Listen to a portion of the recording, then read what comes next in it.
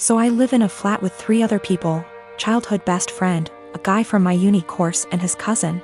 For the most part we get along really well and rarely have disagreements. However, this has been a real point of contention lately. About 6 months ago I began a relationship with a guy I've known for a couple of years. I know it's still a fairly new relationship, but I really like him. He makes me really happy and we're pretty serious about each other. Up until recently, he would come visit me at my flat 3 to 4 times a week. This was mostly due to the fact that I have chronic fatigue and going on proper dates can be really challenging for me. Instead of going out to dinner or a film or whatever, we'd just chill in my room or the living room, watch TV and get takeout or cook together. I didn't really consult anyone about this because all the other flatmates have their partners over as often if not more so, and he rarely spends the night and usually leaves before 10 p.m. because of his work schedule. So the issue, 2 weeks ago, comes to me and tells me that I need to stop having my boyfriend over because it's starting to get annoying. I asked her why and she said it's irritating to have someone who doesn't live there skulking around all the time. I pointed out that her boyfriend sleeps over 3 nights a week and thus is here more often than mine, and she claimed that was different because they've been together for 11 years and are moving in together once her lease is up. She said she's discussed it with the other flatmates and they've all agreed he needs to stop coming over or he has to chip into the rent, because it's getting ridiculous. Note: nobody else's partner chips in on the rent.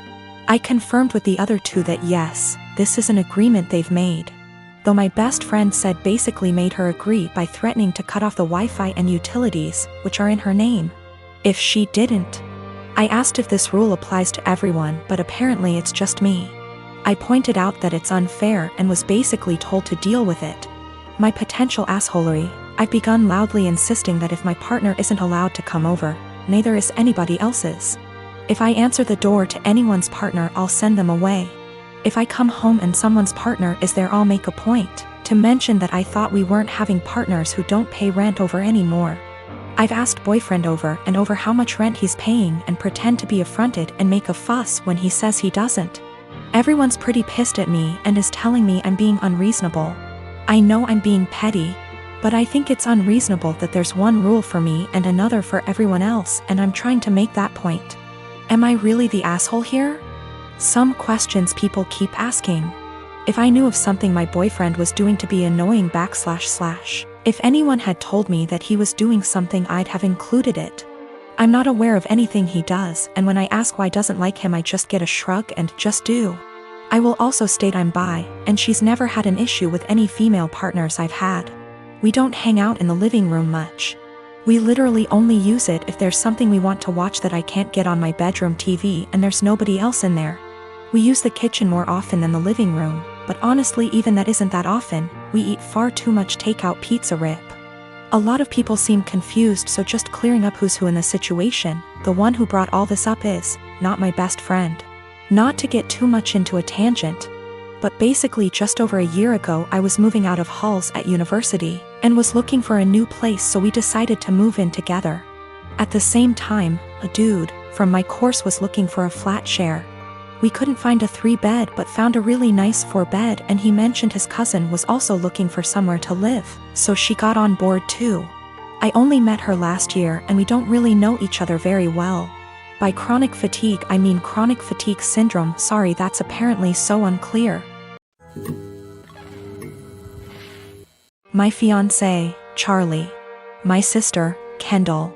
Kendall's boyfriend, Jack. Charlie and I have been together for 6 years and have lived together for 3 years. We met in college. Our relationship is awesome. I love him more than anything, and I know he's the one I want to spend the rest of my life with. We're best friends, we make a great team, and we're really happy together. So no problems there. Kendall and I have always been close. We've had normal sisterly arguments and whatnot, but I love her and she's family. I don't really know Jack that well, but he seemed like a nice guy, which obviously isn't the case, and we've all gotten along until now. Kendall and Jack have been together for 2 years. Their relationship is rocky. Kendall has called me countless times because of fights, breakups, and drama. I've always been her shoulder to cry on, and I've supported her through everything as best I can. She has gotten jealous of my relationship with Charlie, saying things like she wishes she could have a perfect relationship like ours and she wishes she could have that connection with Jack. Recently, within the last 2 months, she started saying things like, I should just steal Charlie from you, and I wish Jack was more like Charlie. I think Charlie and I would be a great match. She started flirting with Charlie, which made him super uncomfortable, and overstepped boundaries. I was uncomfortable and upset with her behavior. We had a serious talk and she broke down. She told me she was going through a rough patch with Jack and wasn't handling it well. She apologized to me and to Charlie, and told me she knew what she did was wrong, it wouldn't happen again, etc. Charlie and I talked about it and we decided to forgive her. At the time of the incident, Jack and Kendall were still going through a rough patch. 2 weeks ago, Charlie invited close friends and family to dinner. This included Jack and Kendall. It was at the restaurant Charlie and I had our first date, down to the exact table we sat at. We had talked about marriage at great length, so I had a feeling. Lo and behold, Charlie proposed to me. It was perfect. I was so happy. I cried like a baby. Our family and friends congratulated us. Kendall seemed super excited. She gushed about how cute it was, started talking about the wedding, and hugged us both. The only person who didn't seem happy for us was Jack. He told Kendall that he wanted to go home and they left early. Fast forward a few days. Kendall texted me and she was pissed. She called me a traitor and a disgusting. I asked her why she was upset. She claimed I was trying to ruin her relationship and then stopped replying to my texts. I texted Jack and asked him WTF was going on. He told me that he was planning to propose to Kendall at dinner. At first, I felt bad because maybe he had planned something beforehand and maybe it was just a huge misunderstanding. But apparently, Jack wasn't even planning to propose to Kendall until we got to the restaurant. He saw how nice the restaurant was, our friends and family were there, and decided, hey, this is perfect. He thought it would help them out of their rough patch, which is a horrible idea because marriage doesn't magically fix relationships. But then Charlie proposed and stole his thunder. He didn't even have a ring. Charlie had been planning that proposal for months. He's had the ring for 6 months, made the reservations 2 months beforehand, invited all of our family and friends. Even the staff of the restaurant was in on the proposal. He put a lot of thought into it and I don't think Jack's heat-of-the-moment decision to propose is more important than Charlie's carefully planned proposal. I'm actually upset that Jack would make something this special and important into something dramatic and all about him. I didn't apologize. Charlie and I talked about it. He agrees and doesn't think we should apologize. Since then, Kendall and Jack haven't talked to us. Which is fine by itself, but that's not the end of it. Both of them have been shaming us on social media, twisting the story to make themselves look like victims, and have even coined us the proposal thieves. Mutual friends, and even some family, are disgusted with us. They believe Jack and Kendall's story, even after I've tried to explain what really happened. As funny as it is to be called the proposal thieves, it's not so funny to have friends and family turned against you. I'm really upset that my own sister would do this. Charlie has been super supportive and sweet through this mess. We both agree that we shouldn't apologize and have been standing our ground. Honestly, after everything Kendall has done, I'm pretty much fed up with her. She's my sister and I love her, but after she tried to seduce my boyfriend and now this, I don't really have a desire to talk to her anymore. Which sucks, because we've always been close. I think Jack has turned her into this horrible, self-absorbed person and it's just... I'm not talking to Kendall right now and have no plans to talk to her until we receive a sincere apology. Even then, I think I might limit contact if she stays with Jack.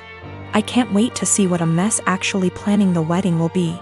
The people who believe Jack and Kendall's story are the ones who were not at the proposal dinner. A large amount of mutual friends who weren't there plus extended family believe the story. Our parents, Charlie's siblings, and the few close friends that were actually at the dinner do not believe the bullshit story. We just haven't made a post addressing everything / telling our side of the story because we wanted advice on how to approach it. I'm a professional ballet dancer for a living, but I also do some modeling in my spare time. Last weekend, I was doing a latex shoot. Before anybody says anything, it wasn't anything fetish-wise. It was just a shoot that called for wearing more uncommon types of fabrics. My outfit was a black full-body catsuit, so think of a skin-tight garment that covers from neck to toe, including gloves. If you've ever put on a wetsuit, then you can probably imagine how much of a pain it is. It's a pretty in-depth process that involves lots of baby powder, a lot of sweat, and some less than ladylike stances. Dressing usually takes anywhere from 20 to 25 minutes start to finish. I always dread it, but can't argue with the results. Anyway, my boyfriend was in my dressing room as I was getting changed. He doesn't always come along for shoots, but I needed him that day because my car is being repaired and we needed to go somewhere afterwards. His one kinda annoying thing is that he talks to me while I'm getting changed even though I very politely asked him to let me do it in peace. If I'm just putting on a dress or something less complicated, it's not a problem. But with latex, you have to concentrate, seriously. My facial expression is pretty similar to when I'm doing heavy leg presses or squats at the gym, so that the garment slips on correctly and, more importantly, you don't rip it. It's very easy to tear if you're not careful.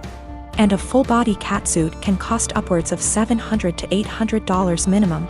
So as I'm struggling, may have been on the floor on my back with my feet up on a chair, pushing my butt up to get the garment over my hips, he won't stop talking. Come on, girl, you got this. Do you want help? I don't think you put on enough baby powder. Babe, you got this, get that big ass in there. And I politely asked him several times to just let me concentrate. He responds by saying, relax, I'm just trying to help, before patting me on the butt. I'd had enough. I demanded he stand outside because he was being super distracting and I couldn't afford to rip the garment. I didn't ask him to help because there's a technique to getting latex on and he doesn't have it. He got all pissy and was like, whatever, maybe you need a bigger size anyway, before leaving the shoot completely and taking the car.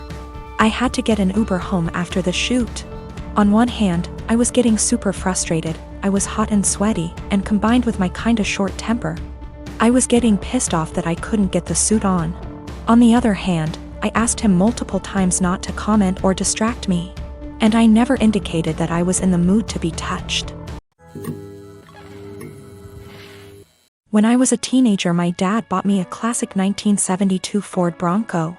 It was my true passion and I don't recall a memory from high school that somehow doesn't involve that truck.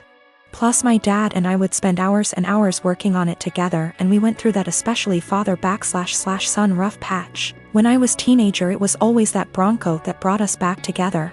I made a huge mistake and sold the truck when I turned 19 and my dad died of a heart attack 2 months later, so while not logical, I've always felt a karmic connection between the two events. We had a baby in early February. She is our first and the light of my life. My wife is doing well, but she's back at work and she's realized that she hates all the daycares we've tried and really wants to be a stay-at-home mom, and plus she's still very hormonal from delivery. Lack of sleep and breastfeeding, so she's having a rough time and is angry a lot. I guess I need to say this. 2 weeks ago I was driving through our town's warehouse district and saw a Bronco that was pretty beat up but resembled mine. I stopped just for nostalgia's sake and the owner came out and let me take a look inside. My dad and I had glued a wheat penny under the dash as sort of security measure, so I just sort of checked and goddamned if it wasn't my Bronco. I asked him if he'd ever consider selling it. He said actually someone was on I-25 as we spoke from Colorado to buy it for $21,000. I freaked out and asked him if I could buy it right then and there for $23,000. He said if I could come up with the cash, yes. I had been procrastinating setting up a 529, so I had $12,000 in savings that my wife's parents had given us. I maxed out my credit card to Venmo and my mom bought down a check for $4,000 and I drove away in my old car. It was like a dream come true. Like a literal dream come true. It needs a lot of work I can't afford right now, but it's mine. Like in my driveway, mine. Again. I can't even describe what a joy this is. My wife and her parents are furious with me. They feel I was deceptive, that a real man would have sacrificed anything and everything so my wife could go stay at home with his kids, and that's setting aside that they gave us the money for a college fund. My point is my daughter is only 6 months old. We have 18 years to set up a college fund of her. But this Bronco means everything to me, and if I wouldn't have acted it would have been gone forever. Now it can be that same connection between me and my kids. To me it's the literal meaning of happiness. I talked with my mom and she is basically going to buy the Bronco from me in order to refill the college fund and pay off the credit card. The $4,000 will be a gift and she's going to give me whatever I need to restore it. She's always been awesome to me and she's rather the money be spent now than wait for me and my sister's inheritance. I didn't tell my wife that my mom bailed me out and lied and said I found a buyer for the Bronco. I'll figure out how to cross that bridge when I get there, but my wife was so relieved that I had come to your senses. I don't want to disappoint her. It's going to take all my lying skills to pull this one off over the next few years.